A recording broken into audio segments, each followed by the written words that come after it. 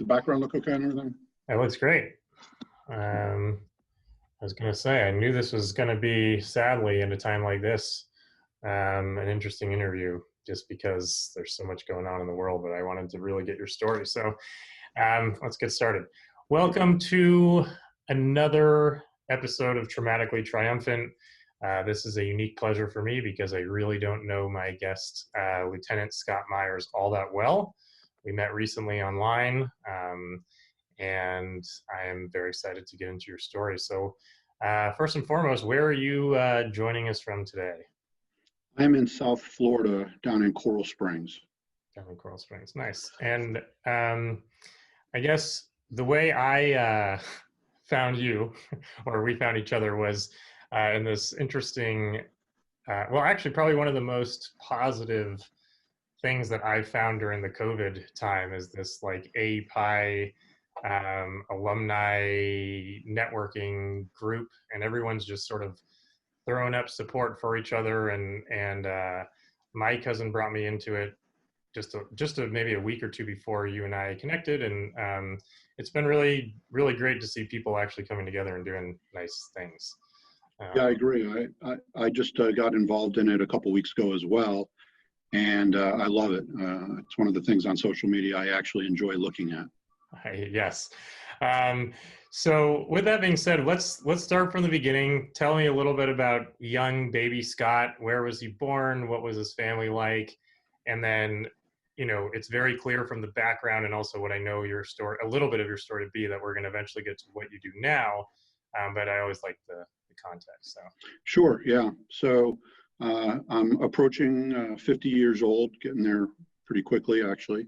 But it started back in Cleveland, Ohio, in the suburbs. I was born and raised in Beechwood, Ohio, and went to some, great schools, public schools there. And my sister and I had a great life. Things were going well. My parents ended up getting divorced, and that led me down to Florida. We relocated down here with my mom. And I've been down here ever since, basically. So we went to Coral Springs High School. I went to Georgia Tech, became an AEPI brother, and then transferred from Georgia Tech and finished up at Florida and got my MBA from University of Florida as well. Met my wife in high school. She went to Florida also. So between the two of us, we have 4 degrees from UF and are diehard Gators. I'm probably sure there's a Gator background somewhere in there. Yeah, nice. Yes, representing. And I got into law enforcement through the University of Florida.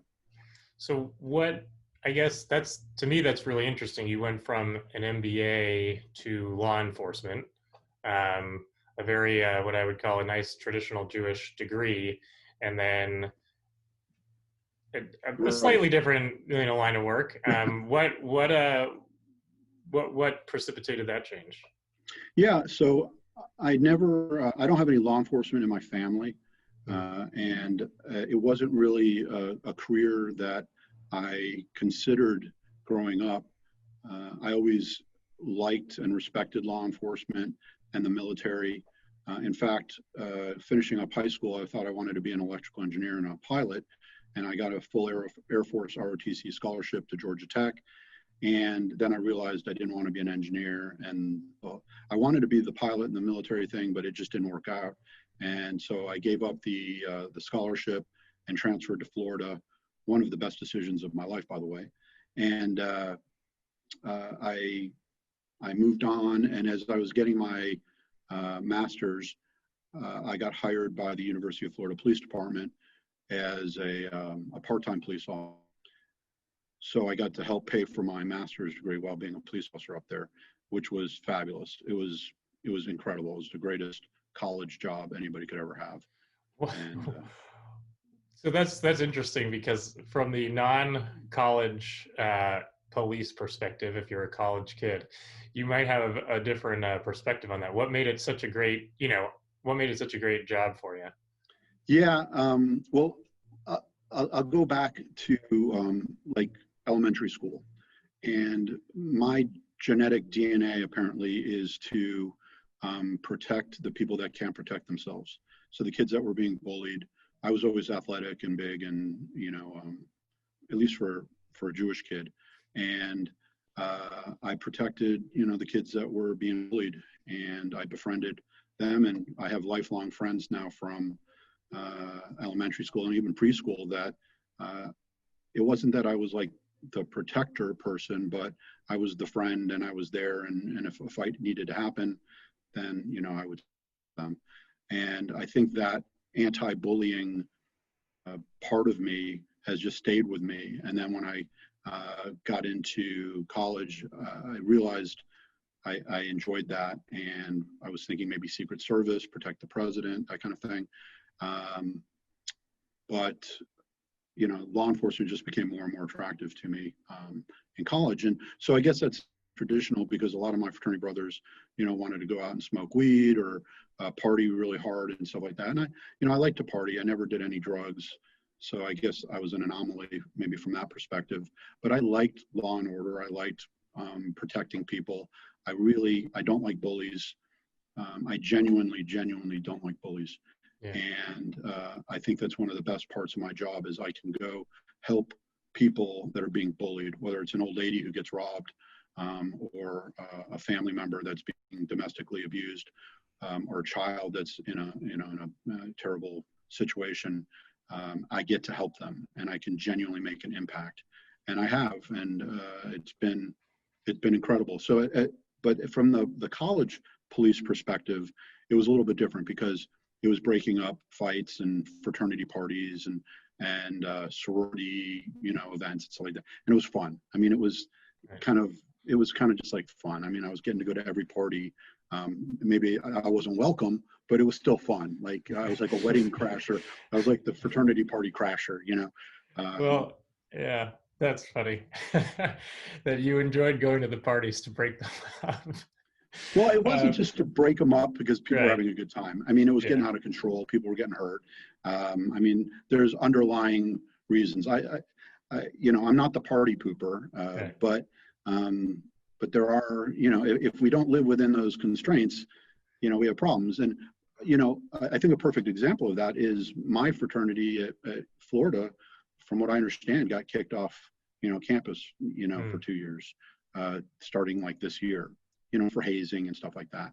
And, again, you're cutting off your nose to spite your face. I don't get it. Like, be a little bit mature, follow the rules, at least be smart about it, don't follow them perfectly, but so there were times when law enforcement stepping in was probably a good thing. I'm still in denial of you claiming that people at AEPI wanted to smoke weed and drink. I can't believe that, especially because I went to university in Washington State where, marijuana is extremely strictly regulated now.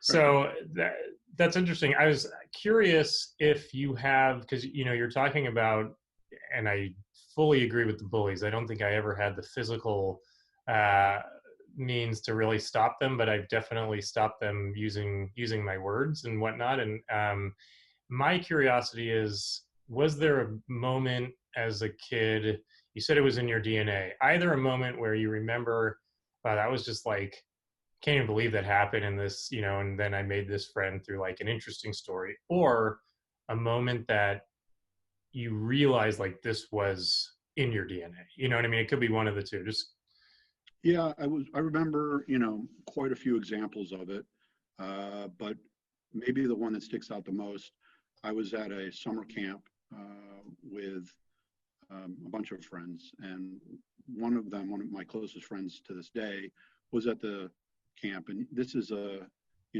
brilliant mathematician guy who, is probably working for, some incredible top secret plan that I can't even talk about. But he was being bullied at the camp, and it was really, really bad. And I remember we were on the trails in the woods somewhere, and these kids were just like,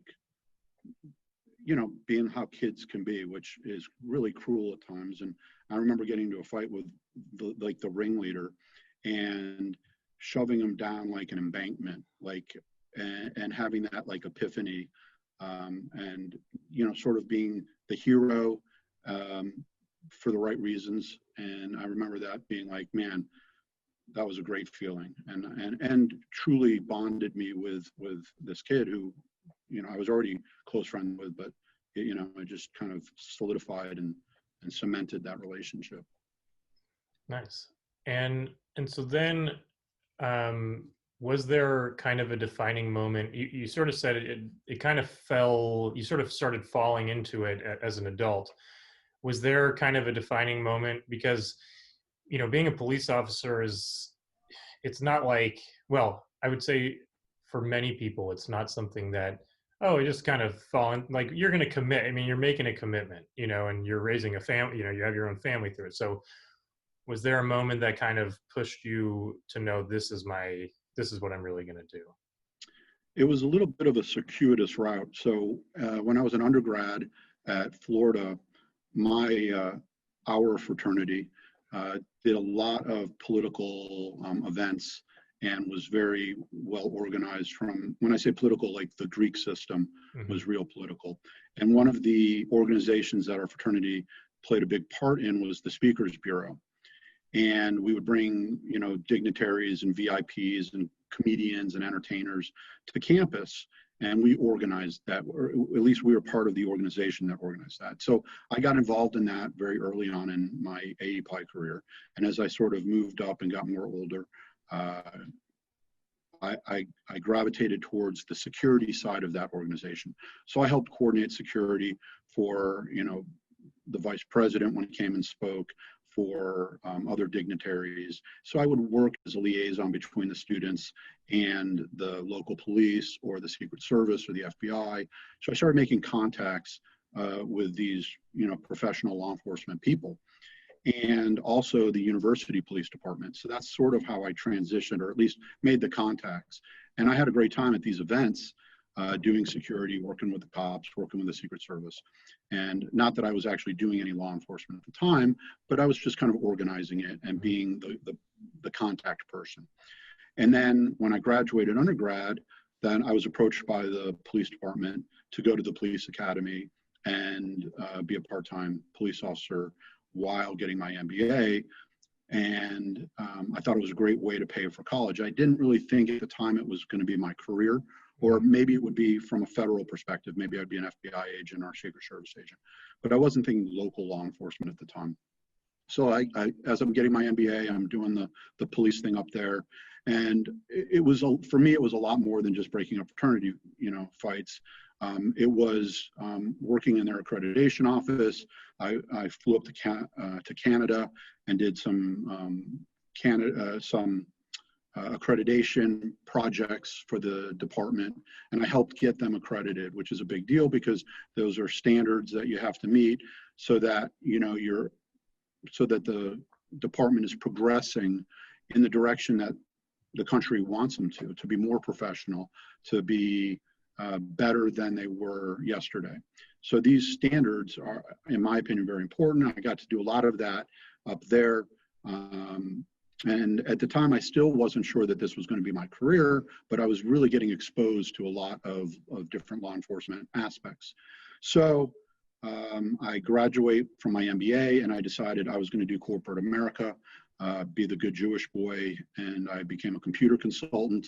I got a really cool job down in Miami where I traveled around the country doing projects, and it was pretty neat. I was like the token Jew in this Hispanic little South Florida, Miami Latino consulting firm. And it was great. It was a lot of fun, but I wasn't real passionate about the work. I wasn't really loving it. And then a short time later, that little boutique firm got bought out by an international consulting firm. And now all of a sudden I became a spoke in the wheel. And it was now more about the work than it was about the company. And I was miserable. And I had the epiphany when we sold this multi-million-dollar job to this huge company. I think it was Ryder Trucks or something. And everybody else was drinking Dom Perignon, and they're pouring it, and they're like just celebrating.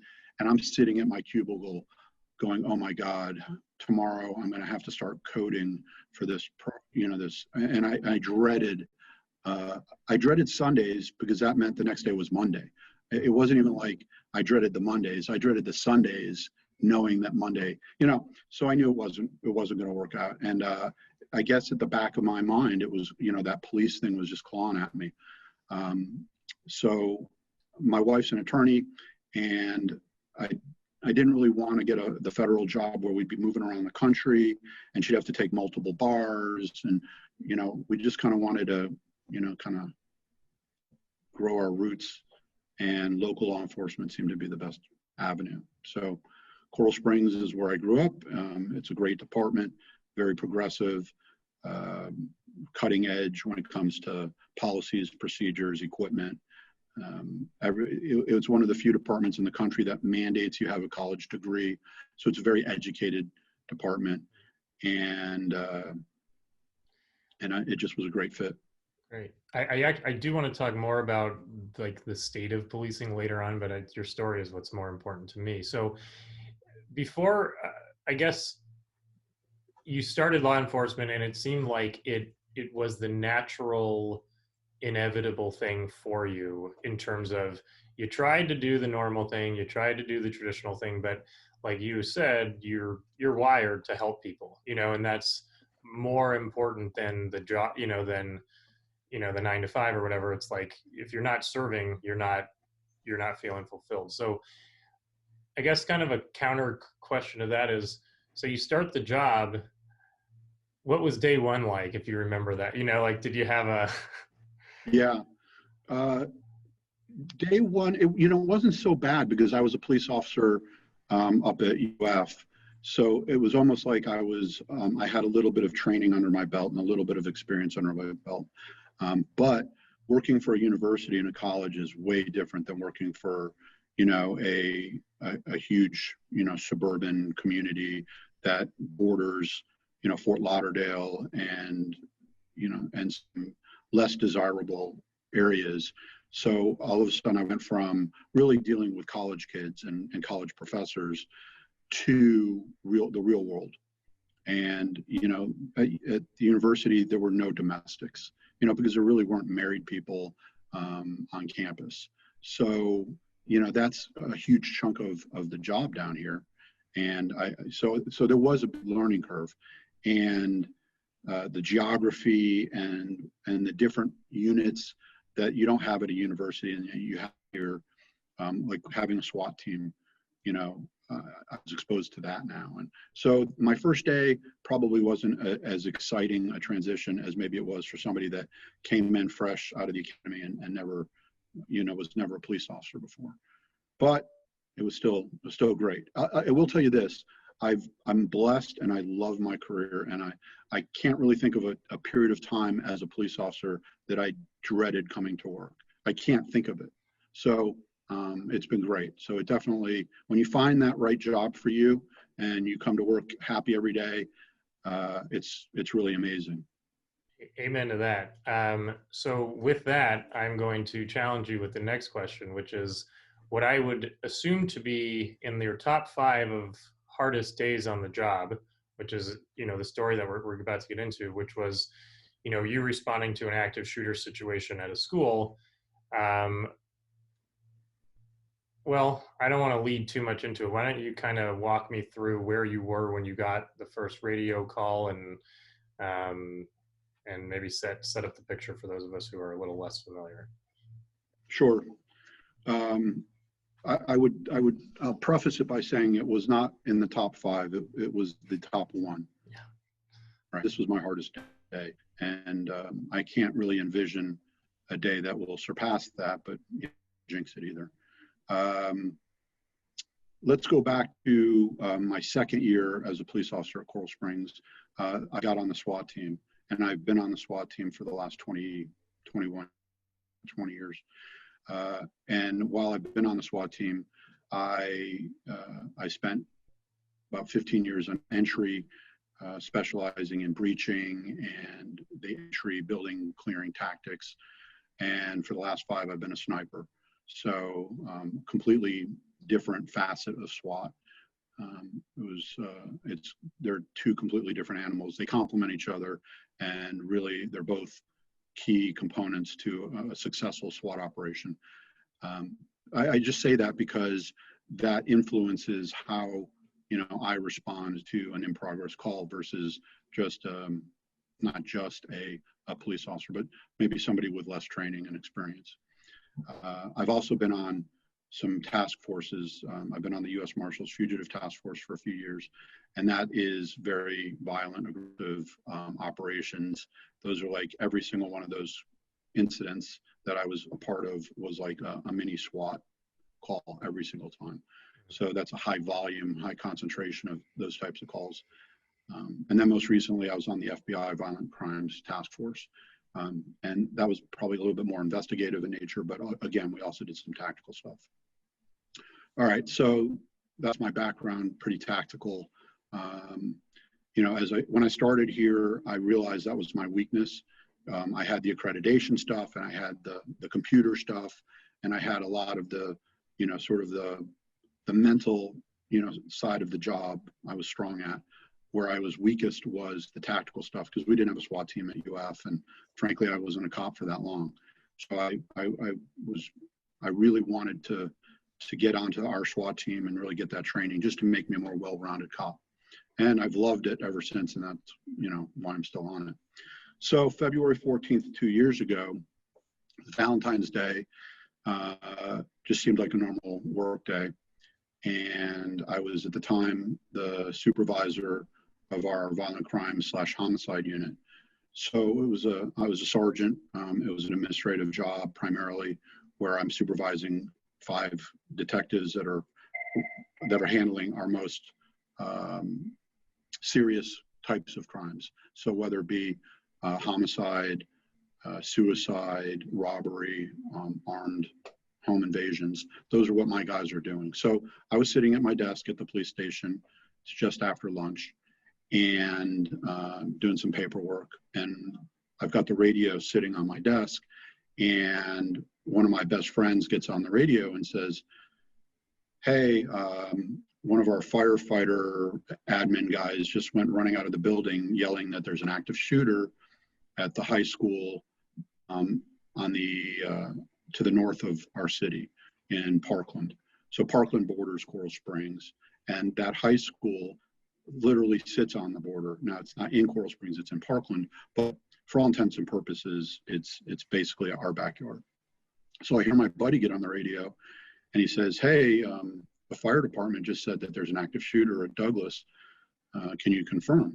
And our dispatcher says something to the effect of, we're getting multiple calls of an active shooter at the high school. We're hearing shots in the background. We've notified BSO. BSO is the Broward County Sheriff's Office, and it's their jurisdiction up in Parkland. So at that point, everybody just like goes into, full alert, and I jump up from my desk, I grab the radio, and as I'm running out of my office, my 5 guys, I think there were 4 of us up there, the 4 guys are doing the same thing. They're grabbing their radios and they're running. And as we leave our office, the whole second floor, which is our investigative floor, detectives and supervisors are literally running to the stairwell. It was like a fire drill. I mean, I've never seen anything like it.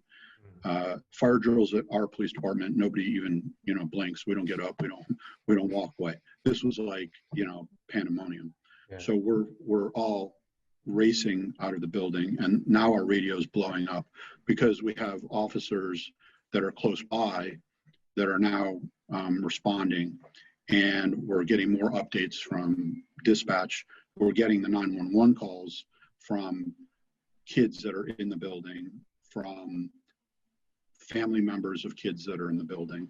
So the kids in the school, there's a couple thousand kids that are going to that high school, and they're calling their parents and saying, hey, I think there's a shooting going on, and the parents are not calling us. So everybody's in a panic, as you can imagine.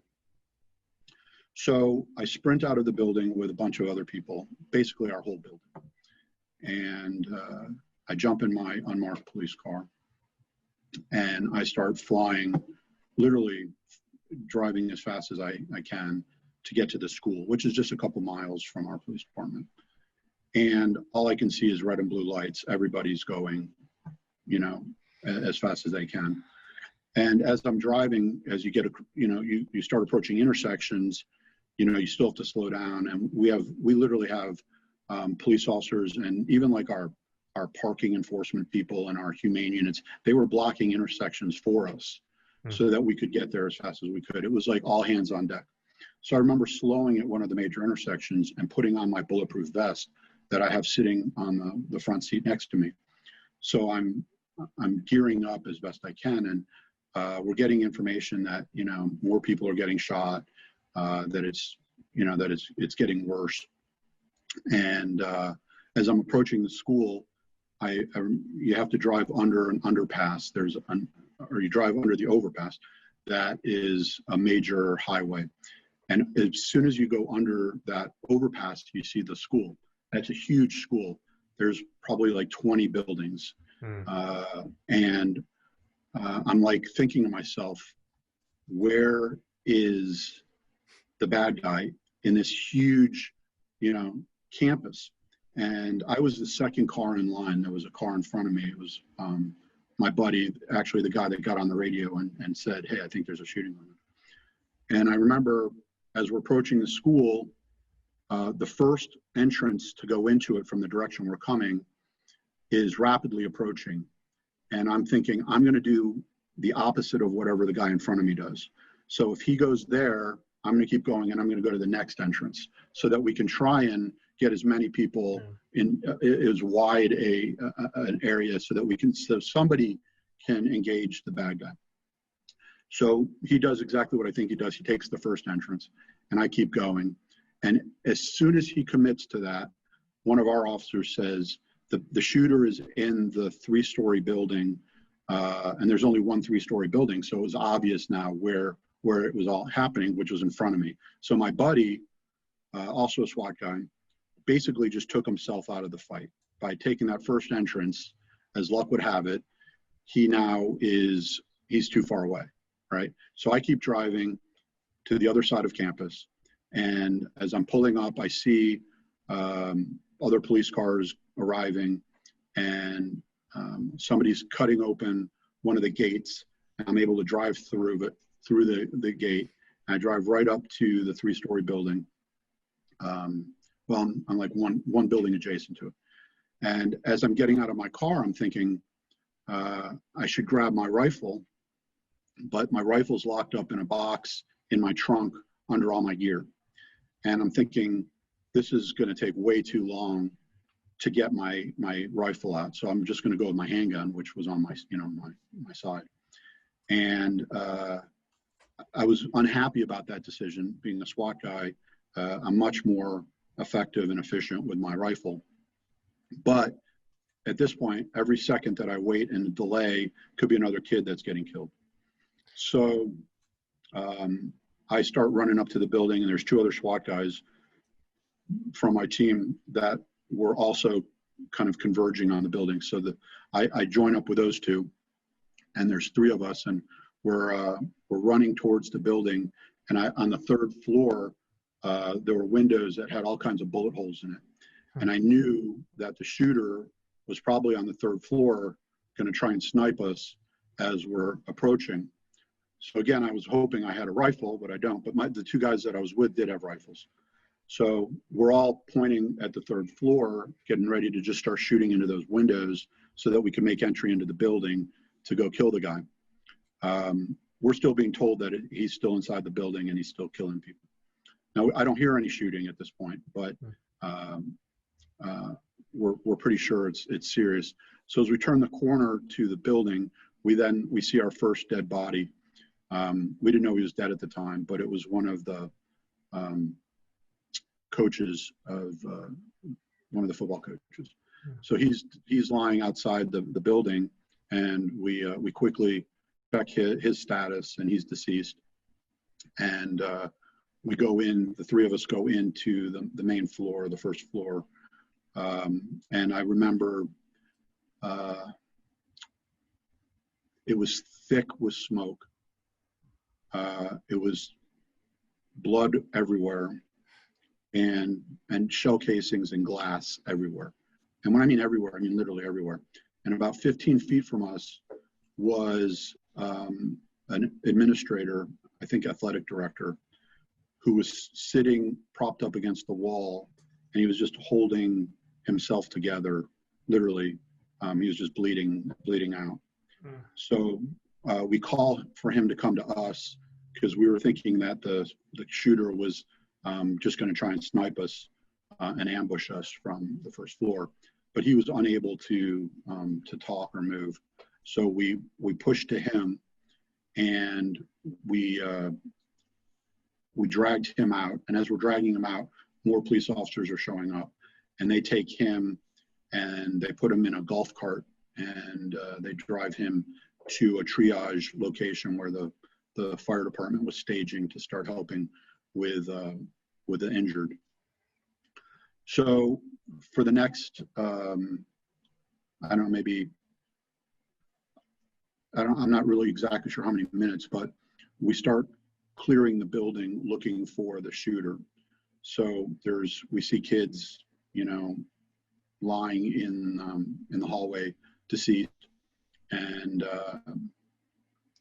we start, our team, the like 5 or 6 of us at this point we're just hunting for the bad guy. So we go to the 2nd floor, and then we end up going up to the 3rd floor.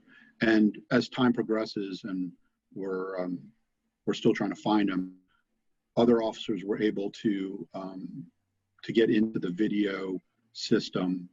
And originally they were saying they see him, he's in the stairwell opposite us, and we kept trying to engage the guy, and now he was moving, and it turns out that they were watching all of that on a delay, and he was actually out of the building by the time we got there, and he had blended in with other students and escaped.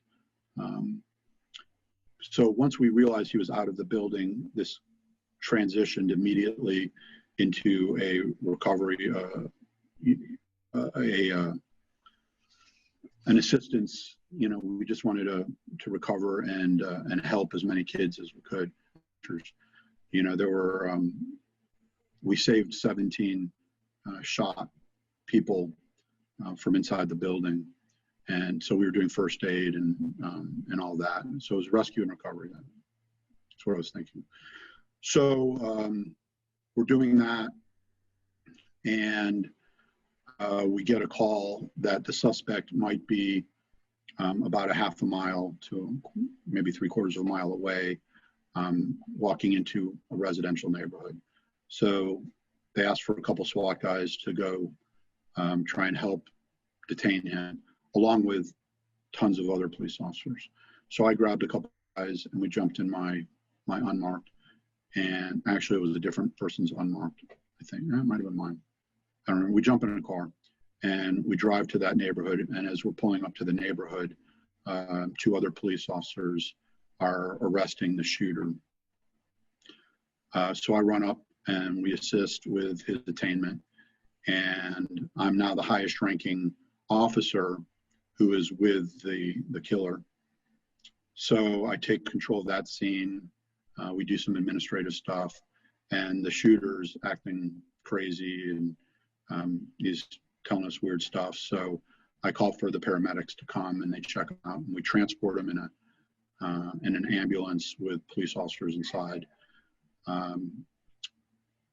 just to make sure that we didn't want any shenanigans going on with him. So we take him to the hospital, we turn him over to the county, and as we're doing that, this is the first time I realized my phone is blowing up. So this was the first opportunity I had to take a deep breath and just kind of evaluate what had been going on, and then let my family know that I was okay. So, and she's a wreck, and I tell her that the situation is really bad, and she's like, she wants details, and it was just such a blur. I couldn't even really give her details.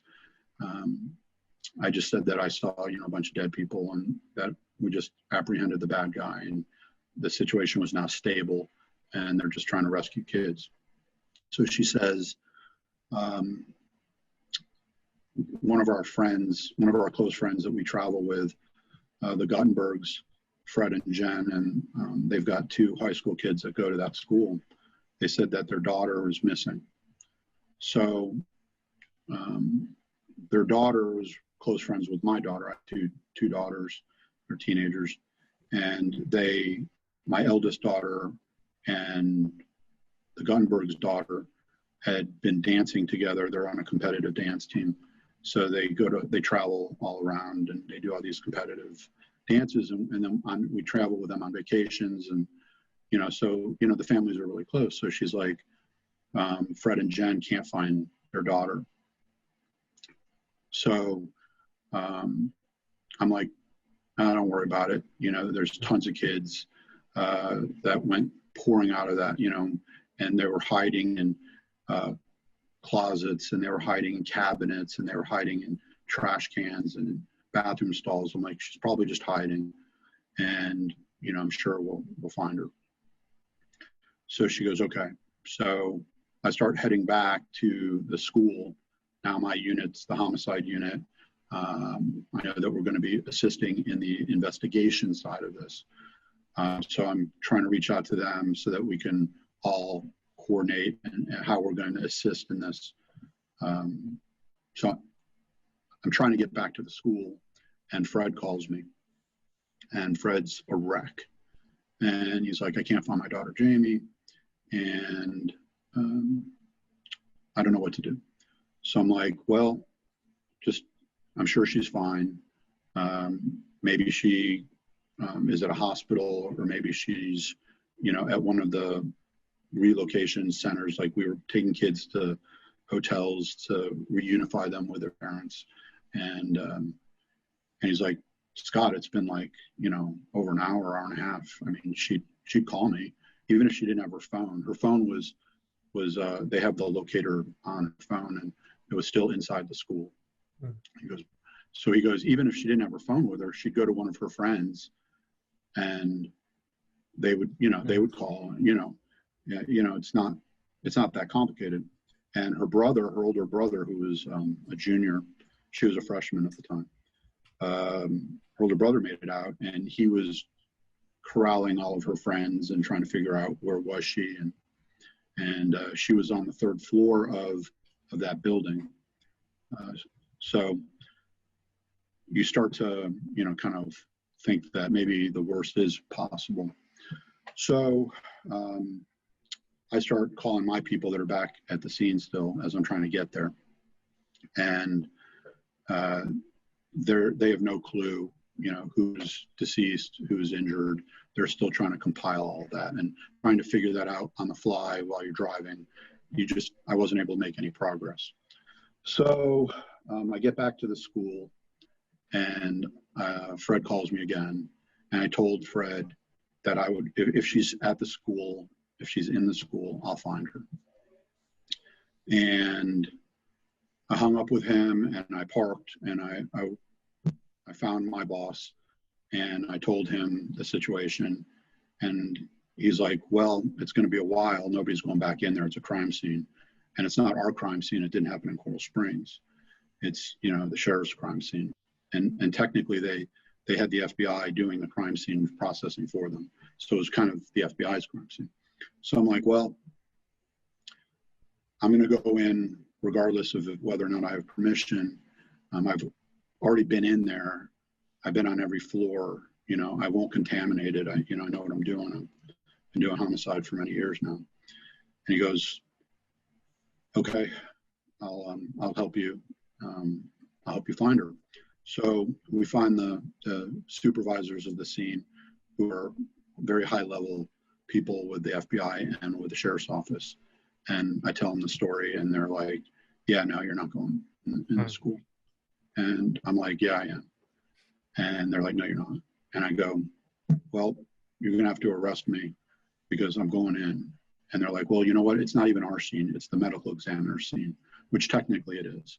The medical examiner is there. And I'm like, oh, good. I go, I know all the MEs. Who's in charge? And they tell me. And I'm like, where's he at? And I'm like, I'm on a first name basis with him, you know. Mhm. So I go find him and I tell him the story. And he's like, okay, let's go find her. You know, he's like, put on some booties and we'll suit up. And he's like, what does she look like? So I describe her to him, and the other agents and officers that were standing around me, you know, they immediately, all of their heads, you know, their chins just hit their chest. And I knew at that point, you know, and they're like, she's right over there.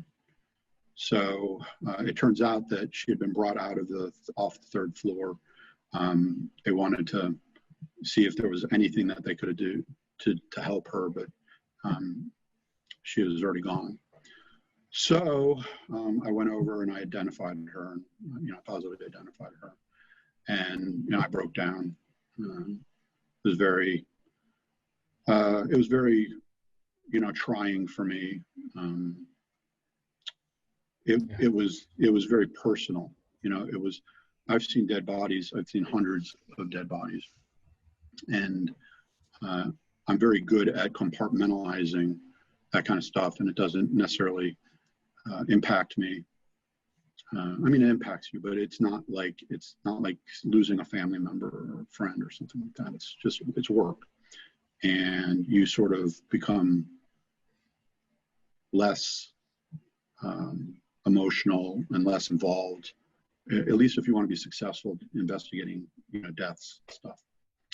But this crossed that line into the personal arena, and the shock of seeing, you know, your daughter's, one of her closest friends, dead, murdered violently, and knowing now that I'm going to have to tell, you know, her dad and her mom and my wife and my daughter, both my daughters, they were both close with her, was very, you know, so I broke down, and, you know, it was embarrassing too, because you're surrounded by, you know, very, you know, serious police officers and doctors, and even though it's a normal response, and I think everybody would understand that it's a normal response, it's still embarrassing. So now I'm fighting that embarrassment too, which probably just made it worse.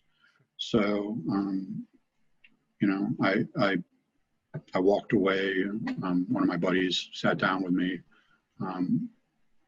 by a fountain, and I was just trying to regain some composure, and my phone's blowing up, and it's Fred, and I'm looking at the phone, you know, with dread, and I look at my buddy, and I'm like, what do I do? You know, the protocol for making a death notification is not to do it over the phone. Like any school you go to, any, you know, like death investigation 101 is you make the death notification in person. You never do it over the phone. So I'm like, oh, I don't know what to do. So he's like, well, tell him you'll meet him somewhere. So I answer the phone, and I'm having a hard time just even talking. And he's like, you know, he's like, what should I do? What should I do? Where should I go? What should I do? So I'm like, well, go to the hotel that they were using to notify families that their kids were dead.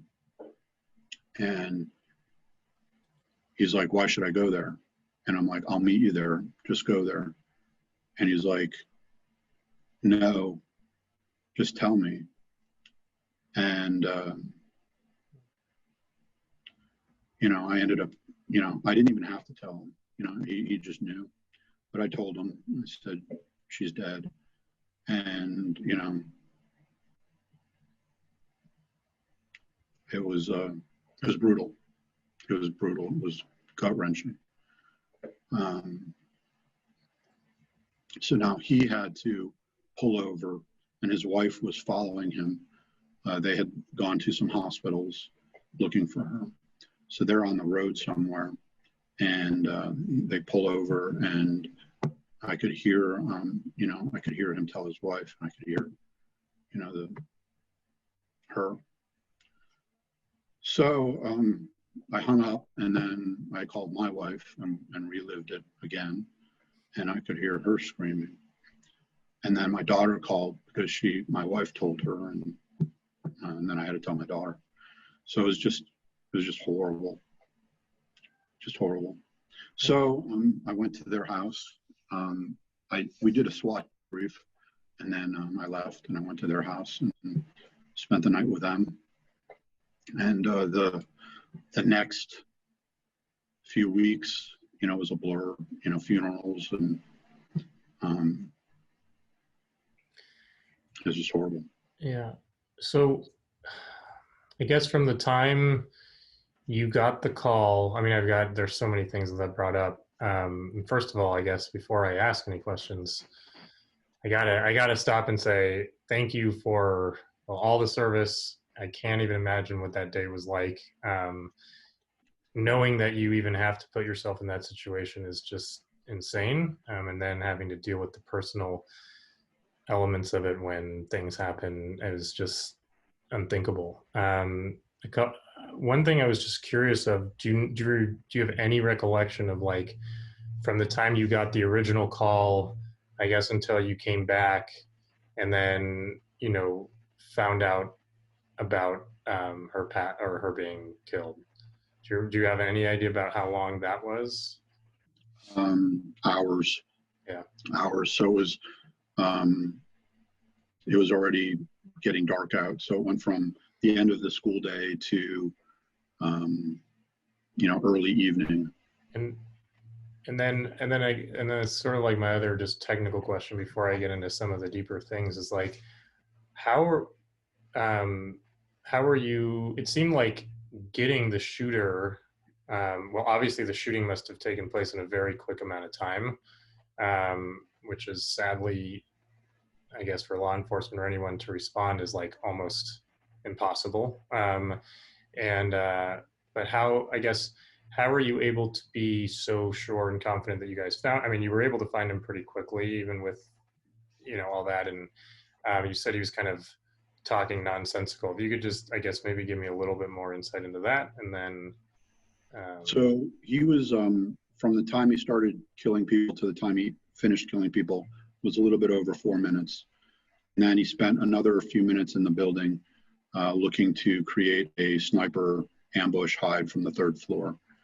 We know that from video inside the school. The school has incredible HD video, which the criminal case is still open and still ongoing. So when I had to review the video and relive it for depositions and whatnot, I'll tell you, it's horrible. It's just, it's like putting more salt on the wound. So we know that he was killing people for about 4 minutes, and then he spent another 3 or 4 minutes trying to, in my opinion, kill law enforcement that was responding. But he might have been just trying to kill other kids that were evacuating, or both, I don't know. But he, for whatever reason, decided that plan wasn't going to work. So he ditched his stuff and he fled. And many people knew who he was. They saw him in the building. So it was very, very quick to know he wasn't a stranger. So once we knew who he was, law enforcement's really, really good at catching people when they know who they're looking for. So it wasn't, once we got him, it was easy to figure it out. And this clothes and, it was obvious. So that was never really the issue. The issue was just ending the threat. And you brought up a point about responding to one of these situations. You're right. If you're driving there from a different location, it's really hard to engage the shooter, although it has quite a bit. But if you have a police officer at the school, which they did, and had the police officer at the school done his job, which he didn't, this would be a different story. Jamie was the last or second to last person to be murdered. Had the police officer that was on scene, was the school resource officer, had he done anything, I think most of the kids on the 3rd floor would have lived. Now, again, that's just a hypothesis by me. That's, you never know. I mean, had he had the police officer done something and maybe been shot and murdered by the killer, maybe it wouldn't have changed the results. But I really believe, that, and the data suggests that overwhelmingly, almost 100% of the time, when the act killer is engaged by anybody with a gun, whether it's law enforcement, whether it's a security guard, whether it's a civilian that has a concealed weapons permit, they either are killed by that person or they take the gun and take their own life. It's almost 100% of the time. So had the police officer just engaged him, I think it would have changed the outcome dramatically. So it's heartbreaking. And it was heartbreaking to talk to the Guttenbergs about that, and all the other families. I've become friends with almost all of the 17 that lost their loved ones in that incident, and a lot of the injured. I've become friendly with a lot of them too that survived. But so just from a tactical point, I think had the police officer done a better job, done anything, it would have changed the outcome. And Jamie probably wants to go on. Yeah, one thing that, like I was saying before, I've never been the physical prowess to stop these threats, but here in LA, and there's Jewish communities around which do a lot of proactive, preventative stuff for religious institutions, a lot of community volunteering, but just having that presence, outside where people are at least aware of what's coming can help even prevent it from starting. So therefore, so what I'm really curious about, because you are sort of ingrained with the idea of helping others your whole life, and then something like this happens pretty well into a mature career that you have. And well, I know from a business standpoint, it changed your life, but which I do want to talk about before we finish, but I am curious, like this must have made some, well, I would assume it must have made some impact on you to make some turning point, even more than what your calling had already been. I'm just curious if like, post fact, where Scott kind of went. Well, short term, I had to deal with, me, my family, the Guttenbergs, and I pretty much limited it to that, Mm-hmm. and my fellow officers that, were stressing out about the incident. So some of the best, rehab for me was getting together with the other guys that were in the building with me and de-stressing, whether that means having a couple strong drinks, which I think the experts say, don't add alcohol to, the situation. It's a depressant and it just makes it worse. For me, it didn't make it worse. For me, we were able to bond over it, and and I think we were able to help each other, and it was cathartic talking about it with them. And I mean, clearly you can see I'm not completely over it. It still is a very emotional subject, but in the immediate aftermath, we all wanted to talk about, when I went right and you went left, what did you see? And what about, that, so going through the minutia and reliving it to a certain extent, and talking about what other people did and the heroics of what some of the other officers did. I had no clue, what there were officers on the other side of the building, what they were doing. We were talking to them and we couldn't see them through the smoke and stuff. So we were yelling, and I recognized their voices. I knew who they were. I could call them by their first name. But what they were seeing was very different than what I was seeing. They were seeing, different things, and them picking up kids that, were missing limbs and putting tourniquets on them, and how we still thought that the guy was in the building. So you're picking up a kid and you're rushing him out, expecting to be shot at. I mean, it was truly amazing, heroic effort. It turns out that he was out of the building, and had we known that, it wouldn't have been as heroic. Because you're not putting your life on the line. But we literally thought that we were all going to get shot, or we were going to shoot him. I'll tell you, to this day, I remember being on the second floor and the dispatcher saying, we're watching the video and he's getting ready to come out of the stairwell on the second floor. And I remember there were like 6 of us, and I remember taking a knee and getting ready to shoot him. And as soon as he turned the corner, I mean, we were silent. We were, you know, we thought we were going to get into a shooting. You know, we genuinely believed that there was danger. But, you know, now knowing that it wasn't, I mean, we could have been a lot more aggressive in our rescue approach, knowing what we know now, but Right. you don't know that, you know, hindsight, you know, you living in the moment. But getting back to sort of how did, you know, it affect me, the short term, I had a lot of, I guess, traditional PTSD, you know, sort of symptoms. You know, I couldn't sleep well, I couldn't eat well, nightmares, that kind of stuff. But the biggest issue for me was my daughter was really, really taking it hard, and she was really stressed out. So the city did a phenomenal job of getting counselors, grief counselors, the whole community, the whole city. I mean, people from all around the world, experts, therapists came in to help. So pretty early on, we were able to find a great therapist to help my daughter. Shortly thereafter, I found one that was great for me, that was very helpful for me. And we spent a lot of time with Fred and Jen and their son, just trying to help them. And it was, you know, it was brutal, but it was bonding. And I honestly, I feel like I'm part of their family now.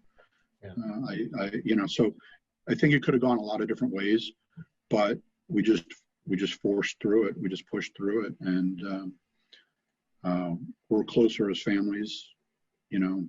And you know, my girls are good, my wife is good, but it took a long time. Has your approach to policing changed at all, like in your actual career? It doesn't have to be, yes, I'm just curious. Yeah, I don't really think so, other than maybe we trained hard for scenarios like this, but we didn't, you know, really believe it would happen in Coral Springs or in Parkland. We thought, you know, bad things could happen, but we didn't think we were going to have, you know, one of the largest, you know, massacres in a school in the country. Yeah. We just didn't think that was a reality, but we trained for it. And clearly, I think the training that our department had was, you know, light years better than some of the other agencies. And around the country, you know, I would say that a lot of agencies need to step up their game. But I don't know that it really changed the way I do my job on a day-to-day basis, other than I take this stuff really seriously. So talking about training, and, you know, it would be, I guess, a loss, because to me, you know, there's so much going on out in the world, and there's so much negative messaging about, well, almost any group of people, but the police in particular are getting a really, really, really sort of monolithic, terrible description.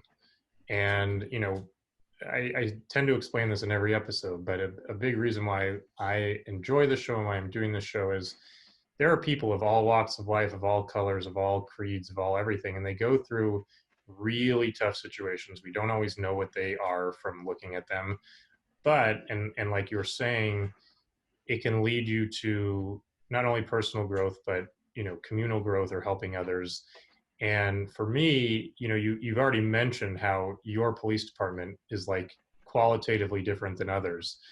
I guess on a constructive level, is there something that you can say with regards to, you know, what some of the public perception is, and also what is the, you know, what do you see as the reality that needs to be done to both, you know, within the police department, but also like so that the people can understand what the truth really is?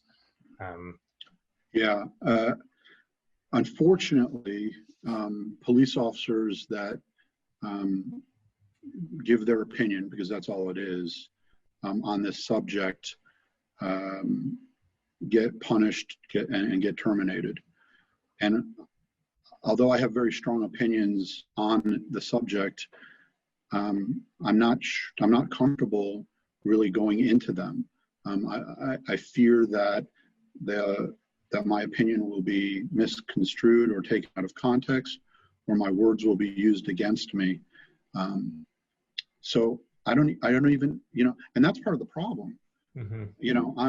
I'm a highly educated person that's dedicated my life to this profession, and I'm afraid to publicly talk about, the situation, because I can't.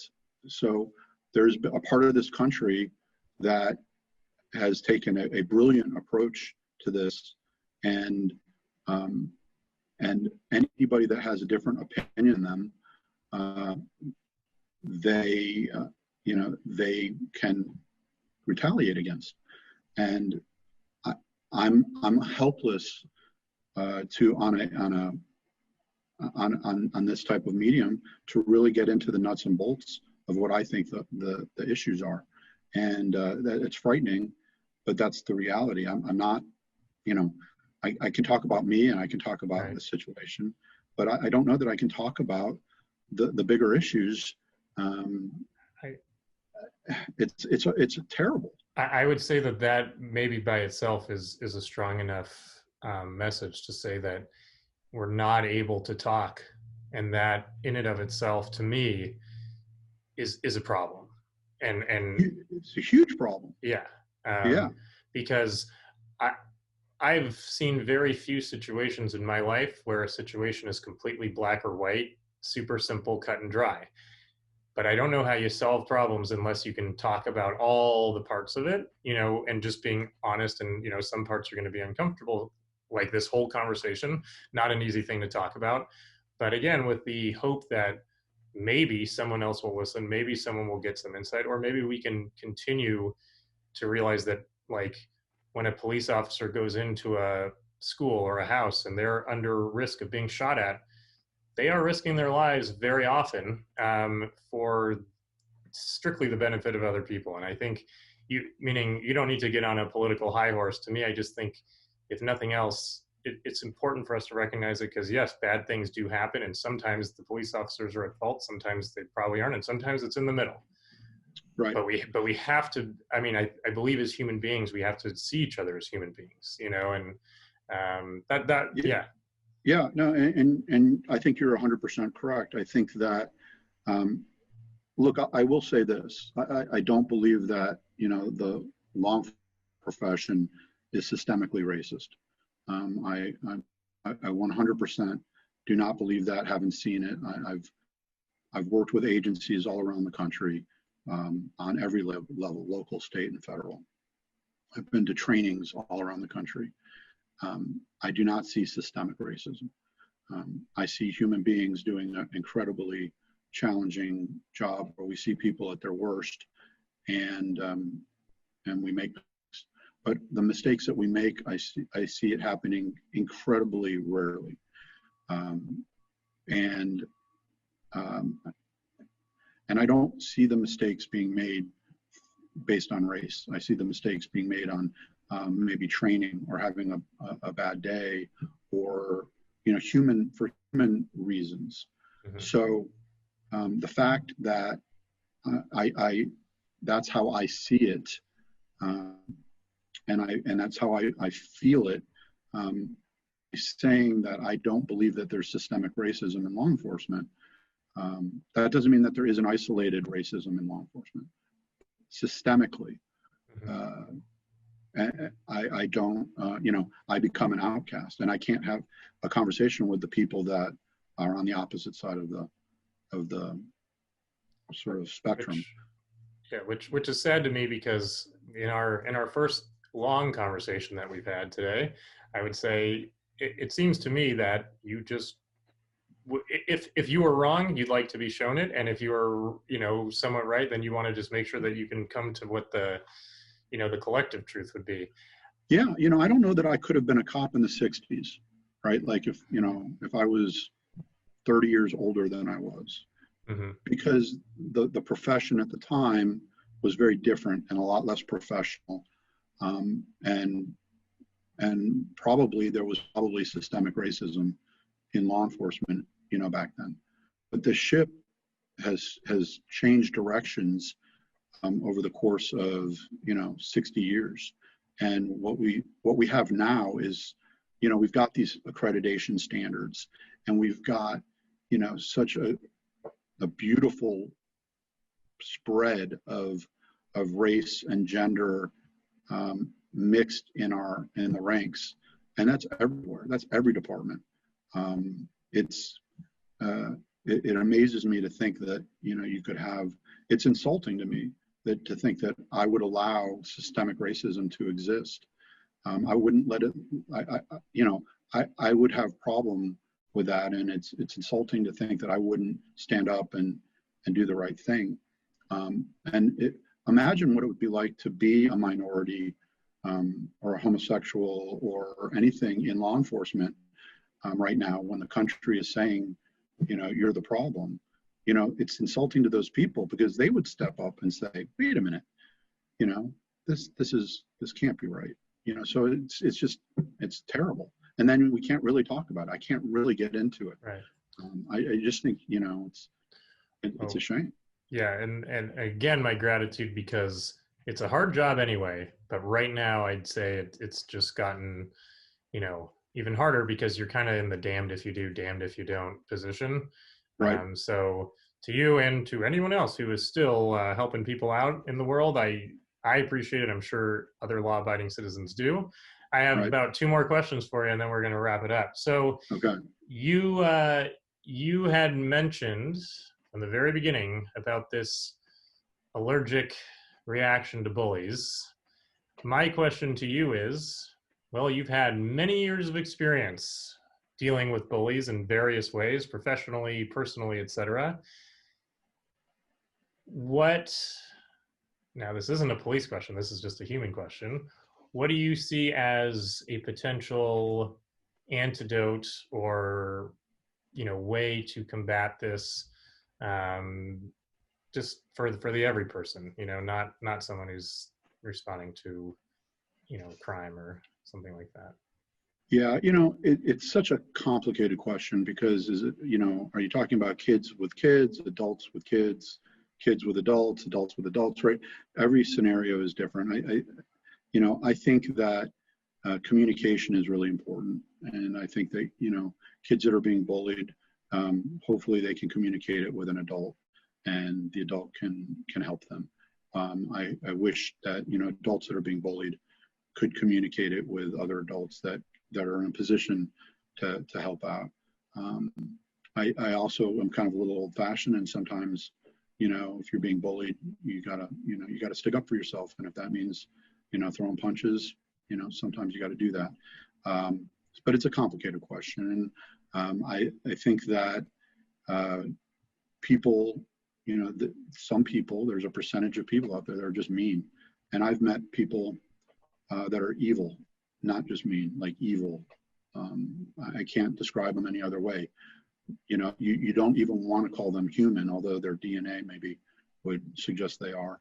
But what they're capable of doing is unexplainable.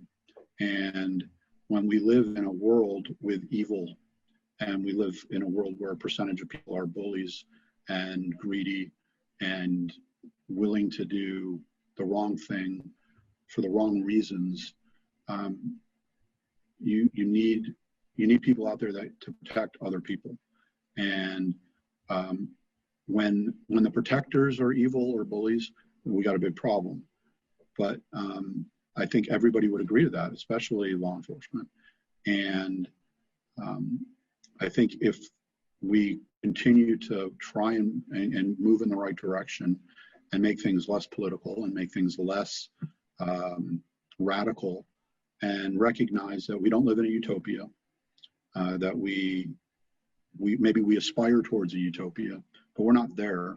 Until we get there, we need to we need boundaries, and we need rules, and we need people to enforce those rules.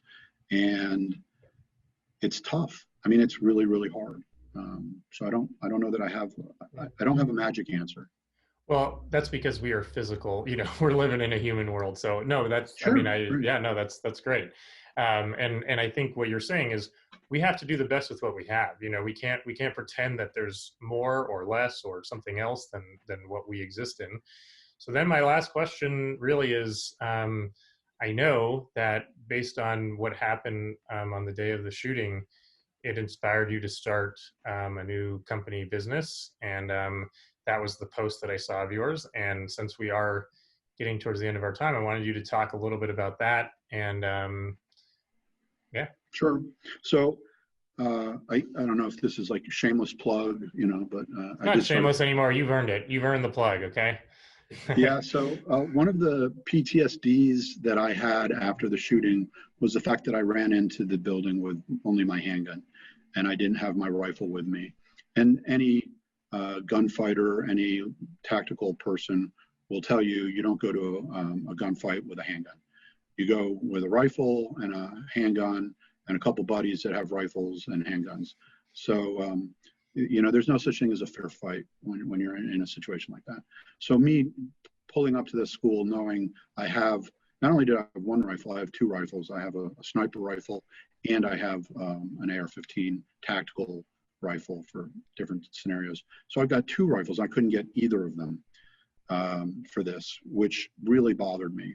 So on top of losing Jamie and all those other kids and not being able to help as much as I wanted to, and I wanted to be the hero, and I couldn't be. Despite all of that, one of the things that really weighed on me was not having the rifle. And I thought there had to be a better way than leaving it locked up in the trunk in a box under your gear. It's just not a real tactical way of doing it. So I kept thinking about it, and I was in the shower, where I do all my best thinking, and came up with the idea of having a portable rifle lock. And I thought there had to be something like that out there. I mean, you go to Amazon, you can find anything, right? So I started really researching it, and there was nothing out there. So I sketched a couple ideas, and I'm not real mechanical in that sense. And I have a buddy he's a canine officer at our department who also responded to the school and was there that day. And I sat down with him at the local bagel joint, and over bagels and coffee, we created our product and our business, and literally on napkins. I still have them. Cool. And yeah, and we went back to his house a couple days later, and he built out of steel. He's like a really handy guy. He's another Jew, but he's like the most handy guy. Jew. Yes, it's really amazing. And he's got blow torches and presses, and like I'm like, me changing a light bulb maxes me out. And he built like this huge building, and yeah, I mean, he's like really great when it comes to that stuff. He's brilliant. Anyways, so we designed a prototype, and it worked way better than we thought. And we know how to defeat these locks. We have rifle locks in our police cars, and we know how to defeat them. And so we know if you were a bad guy, how would you? So we built it with the theory that there's no way a bad guy can defeat these locks to secure the rifle, but also keep the rifle up front with you, or the detective or the unmarked, officer needs it. So we went through some iterations. We, started our company, and we now have a great product that we've been selling around the country to law enforcement agencies, the feds, the FBI, the U.S. Marshals, local levels, probably 24, maybe more agencies all over the country are buying them, and we're selling them to individual officers and civilians. Anybody that wants to lock up their AR-15 now has an option that is portable. So you can lock it up in your car, you can lock it up in your house. If you've got kids, and we designed it so that you can't accidentally fire it if a kid got a hold of it. So maybe you live in an apartment, you can't have a huge safe for your rifle. This would secure your rifle and prevent your kid from accidentally, doing something terrible. So it's been great, and it's been really well received, and we're slowly growing, and I'm really excited about that. So and tell the people what it's called. It's called the Scott Lock. My buddy Scott Levin, so Scott Levin, Scott Myers. My wife came up with the name, so we've got the Scott Lock, and the website is www.scottlockusa.com, and we offer first responder discounts. And we do all that stuff. It's really great, and we'll be linking that in our description. Well, I have about 1,000 more questions for you, but maybe we just have to have another conversation another time. Thank you. I would like that. Thank you so much for your time today. Thank you for the service. My pleasure. Prayers to the families and everybody else. And I really, this was a tremendous story, and I really appreciate your time, and thank you for everything you do for the community. API, everybody. Talk soon. Thanks. Bye-bye. Bye.